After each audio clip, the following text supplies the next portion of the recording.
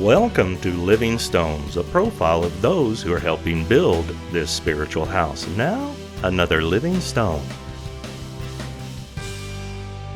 You may have seen Elizabeth Marshall greeting others at Restoration Church, but what you may not be aware of is that she has a Sewing Life group that meets on Wednesday nights at 6:30 p.m.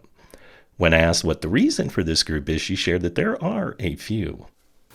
Well, I would say it's threefold. Okay. 2 years ago, when we came to Restoration, they were putting forth a vision which included creativity, generations, and missions. And as I sat listening to that, I'm going, my ideas would fit perfectly into this vision. And so after we'd been here a couple of years, I submitted a plan for a life group. Okay. And the creativity is obvious. You learn to use your creativity through sewing. Generations, older people teaching younger people how to do a specific item, in this particular case, sewing. I've been sewing for over 50 years.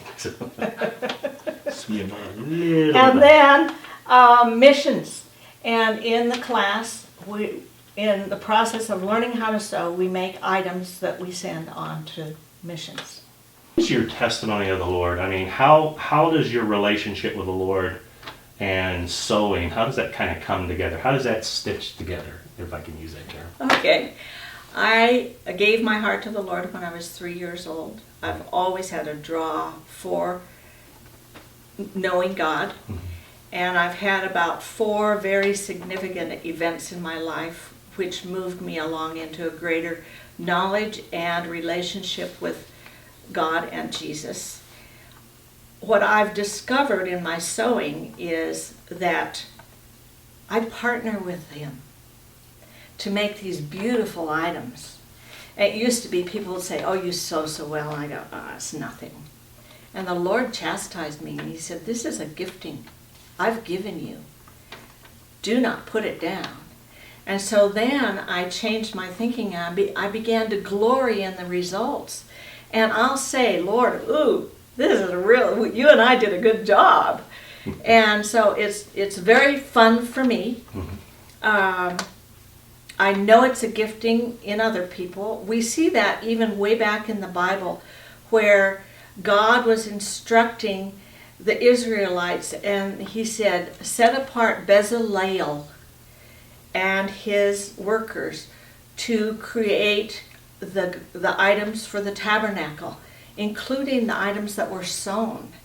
He had that anointing to make those items that God wanted.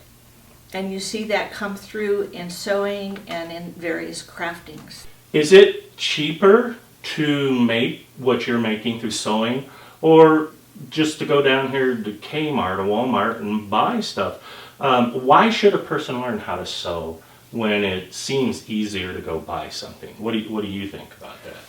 Well, first of all, things that you make yourself, if you've learned the right way, are constructed far better than anything you buy in the store. Okay. Except for maybe extremely expensive garments.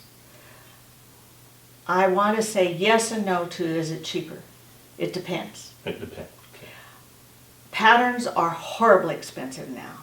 $10, $12, $15. But I never buy a pattern unless it's $1.99 or less.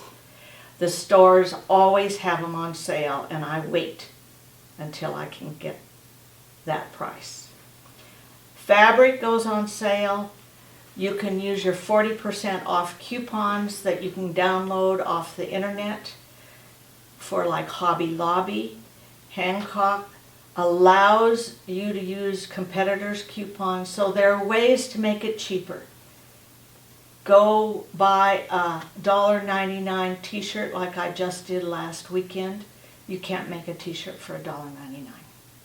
So it just depends. It just depends. Can anyone come and learn how to sew? Yes. Even guys? Yes, even guys. Guys. I have a student right now who is a fellow. Uh-huh. And he is learning quite readily and expertly. Wow. And so it's way fun. What is it that they learn This is for beginners, This- as well as people who already know how to sew. Okay. So for my very first class, it was Know Your Sewing Machine. And we just learned all the parts of the machine and what they're used for, how to thread the machine and that kind of thing. Then we went to a very easy project, which was to make a pillowcase. And that is straight stitching. So they learn to control the machine, they learn how big a seam to make, and then we move on to more complicated things. And until now, this semester, my students are making shirts. Okay. Okay.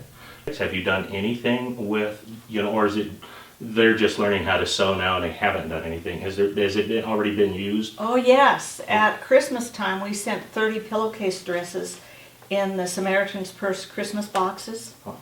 And then 2 weeks ago we sent 30 more pillowcase dresses and 12 shortened shirt combos to Nicaragua with another missionary.